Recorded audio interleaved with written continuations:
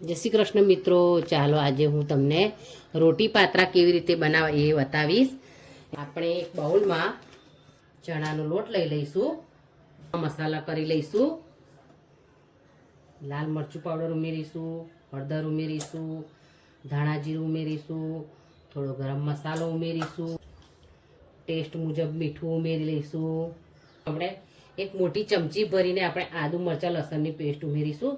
આ પાત્રા થોડા તીખા અને એવા હશે તો જ સારા લાગશે, કેમ કે આપણે રોટીમાંથી બનાવીએ છીએ। આપણે એક અડધી ચમચી આપણે ગોળ ઉમેરીશું, ગોળની જગ્યાએ તમે ખાંડ પણ ઉમેરી શકો છો। આ બધી વસ્તુને બરાબર મિક્સ કરી લઈશું। તો પાણી ઉમેરી અને એનું બેટર તૈયાર કરી લઈશું આપણે આ રીતે।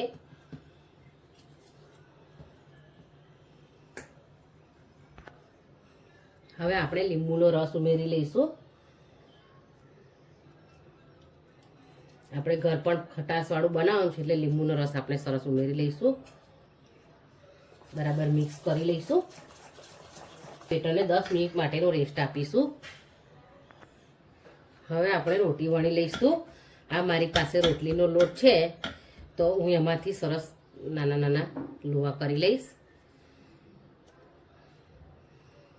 આ રીતે આપણે લુવા કરી લેવાના છે। આપણે રોટલી વણી લઈશું આ રીતે।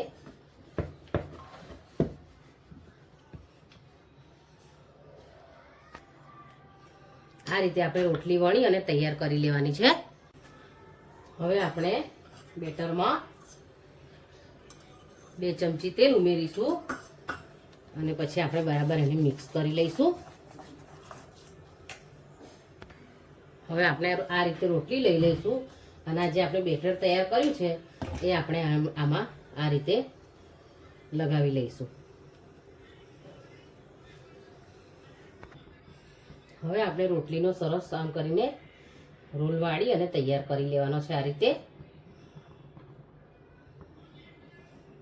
આ રીતે સરસ વાળી અને આ રીતે એને લગાવી લેવાનું છે। આ રીતે આપણે બધા રોલ તૈયાર કરી લઈશું। આપણે રોલ વાળી અને આ રીતે આપણે સ્ટીમરમાં મૂકી અને 10 થી 15 મિનિટ માટે સ્ટીમ થવા દઈશું। આપણે જોઈ લઈએ કે આપણા પાત્રા તૈયાર થઈ ગયા છે નહીં।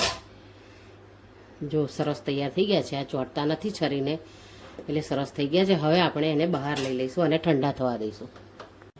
આપણા રોટી પાત્રા સરસ ઠંડા થઈ ગયા છે। જો આ રીતે સરસ ઠંડા થઈ જશે એટલે એની જાતે ઉગળી જશે આ રીતે। હવે આપણે એને કટ કરી લઈશું। આ રીતે આપણે એને કટ કરી લેવાના છે। હવે આપણે પાત્રાનો વઘાર કરી લઈશું। એની માટે આપણે તેલ લઈ લઈશું। આપણું તેલ થઈ ગયું છે, આપણે રાઈ ઉમેરી લઈશું 1 ચમચી, તલ ઉમેરી લઈશું 1 ચમચી અને આપણા પાત્રા ઉમેરી લઈશું અને મિક્સ કરી લઈશું બરાબર। રોટલીનો લોટ વધે તો તમે શું બનાવો છો એ મને કોમેન્ટમાં લખીને જરૂર જણાવજો। આપણા પાત્રાનો વઘાર થઈ ગયો છે। હવે આપણે એને સર્વ કરી લઈશું। તો તૈયાર છે આપણા રોટલી પાત્રા। આપણે એને ધાણાથી ગાર્નિશ કરીશું। તમને મારા રોટી પાત્રા બનાવવાની રીત ગમી હોય તો તમે મને કોમેન્ટમાં લખીને જરૂર જણાવજો। હું વડોદરાથી છું, તમને ખબર હોય તો વડોદરામાં શું પ્રખ્યાત છે તો મને કોમેન્ટ જરૂર કરજો। Thank you.